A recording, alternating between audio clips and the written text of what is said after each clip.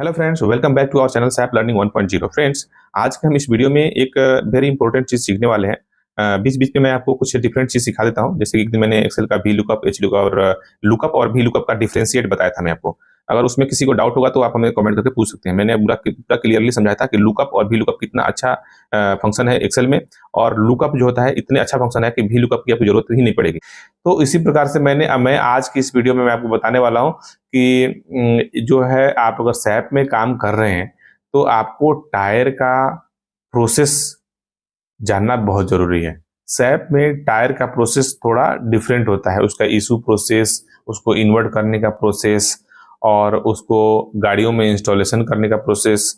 अगर कोई नया गाड़ी हमारे पास खरीद के आ रहा है और उसमें 4 टायर या 5 टायर लग के आ रहा है, तो हम गाड़ियों का तो इन्वर्ट कर लेते हैं एसेट में, लेकिन टायर का कैसे इन्वर्ट करें, क्योंकि टायर भी हमारे स्टॉक में आएगा। क्योंकि वो क्या होगा कि जब वो टायर हमारे स्टॉक में दिखते रहेगा, नहीं जब हम स्टॉक में लेंगे तो कई बार क्या होता है, टायर चोरी हो जाता है। तो अगर हम रिकॉर्ड नहीं रखें तो हमें पता कैसे चलेगा कि हमारा ही टायर है। बहुत सारे ड्राइवर क्या करते हैं कि टायर निकाल लेते हैं और उसमें की जगह पे कोई पुराना टायर डाल देते हैं। तो उसका नंबरिंग, सीरियल नंबर वगैरह रिकॉर्ड कैसे सैप में, टायर का सीरियल नंबर वगैरह कैसे हम सैप में रिकॉर्ड करके रखें, ये सब कुछ आज हम इस वीडियो में सीखने वाले हैं। तो मैं आपको सबसे पहले बता दूं कि जब हम कोई नया गाड़ी परचेज करते हैं और उसके साथ टायर आता है, तो 4 टायर तो लगा ही हुआ आता है। एक स्टेपनी में 4 टायर के अलावा 5 टायर हो गया, तो इसका हम फिजिकल इन्वर्ट लेते हैं। सैप में एक मूवमेंट टाइप आता है 511 मूवमेंट टाइप से हम गुड्स रिसीव्ड अदर में जाकर 511 मूवमेंट टाइप से इसको फिजिकल इन्वर्ट लेते हैं। फिजिकल इन्वर्ट लेते वक्त टायर का सीरियल नंबर हमें होना चाहिए।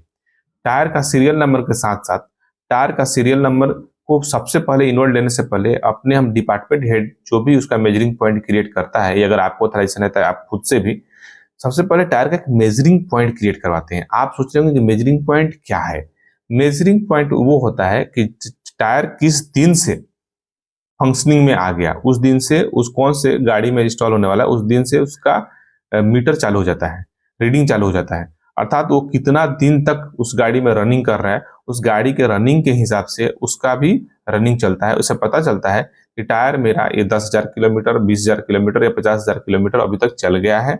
और जब उसको हम स्क्रैप करते हैं तो हमें पता चलता है कि टायर का यूटिलाइजेशन सही हुआ है या नहीं हुआ है। अगर कम यूटिलाइजेशन हुआ है तो कई बार कंपनियां वारंटी में आपको एफओसी में उसको रिप्लेसमेंट देती है। अगर मान लेते हैं एमआरएफ का ही टायर लेते हैं तो उसको मिनिमम 35,000 किलोमीटर चलना चाहिए। अगर वो 10,000 किलोमीटर पे ही उसका कुछ खराबी आ गया तो उसको आपको रिप्लेसमेंट में कई बार मिल जाता है। इसलिए उसका कितना किलोमीटर चला, उसका सीरियल नंबर वगैरह सब कुछ एक मेजरिंग पॉइंट क्रिएट करवा लेते हैं। मेजरिंग पॉइंट क्रिएट होने के बाद टायर को हम गुड्स रिसिप्ट मीगो में जाते हैं, गुड्स रिसिप्ट अदर में जाते हैं और 511 मूवमेंट टाइप हम सिलेक्ट करते हैं। आपके पास हो सकता है फिजिकल इन्वर्ट के लिए कोई मूवमेंट टाइप डिफरेंट हो, बट आपको ज्यादातर सैप में 511 मूवमेंट टाइप में फिजिकल इन्वर्ट हो जाता है।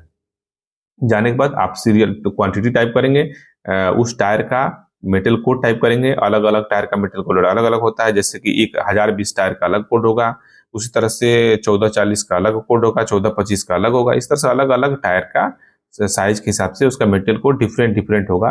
टाइप करेंगे तो वहां पे आपको सीरियल नंबर, टायर का सीरियल नंबर डालने का ऑप्शन पूछा जाता है। ठीक है, टायर का सीरियल नंबर टाइप कर दें और उसके बाद आप टायर का सीरियल नंबर डालने के बाद इसको क्या करेंगे, आपको कंपनी कोड पूछेगा।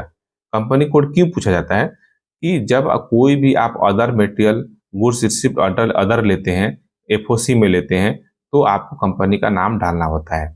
कई बार मेटल हमको कंपनी एफओसी में देती है तो हम उस कंपनी का नाम भी डिलीवरी चलाने के हिसाब से जीरो अमाउंट पे एफओसी का परचेज ऑर्डर बना के उसको इन्वर्ट लेते हैं। लेकिन हम यहाँ पे तो इन्वर्ट अदर ले रहे हैं, अदर मतलब फिजिकल ले रहे हैं, तो यहाँ पे कंपनी का नाम है, आपका खुद का कंपनी का नाम होगा।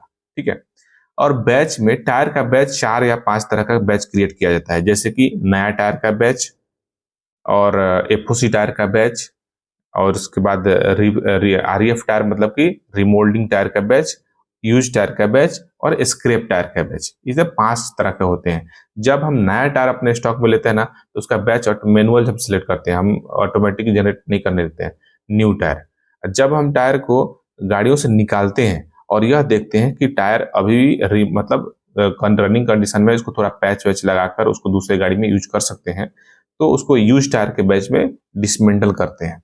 जब टायर का रिपेयरिंग हो जाता है तब उस टायर को जब दोबारा से इंस्टॉल करते हैं तो भी वही किसी न किसी गाड़ी के नाम पे वो इशू हो जाता है, आपके स्टॉक में आ जाता है, यूज टायर के बैच में आपके स्टॉक में आ जाता है किसी गाड़ी से निकलने के बाद।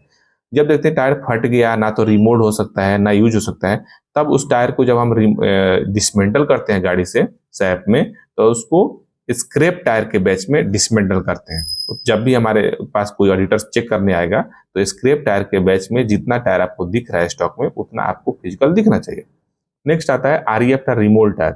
जब हम टायर को स्क्रैप टायर से या अपने यूज टायर से रिमोल्ड के लिए भेजते हैं तो आपके स्टॉक से उठा लेता है सैप, आपके यूज टायर के बैच से उठाकर और रिमोल्ड के लिए सब कंडक्टर के स्टॉक में भेज देता है। और जब वहां से रिमोल्ड होके आ जाता है तो फिर हम आरईएफ टायर के बैच में उसको इन्वर्ट कर लेते हैं। तो टायर का ये सब लंबा चौड़ा प्रोसेस है। आपको सिर्फ बेसिक चीज मैंने बता दिया है।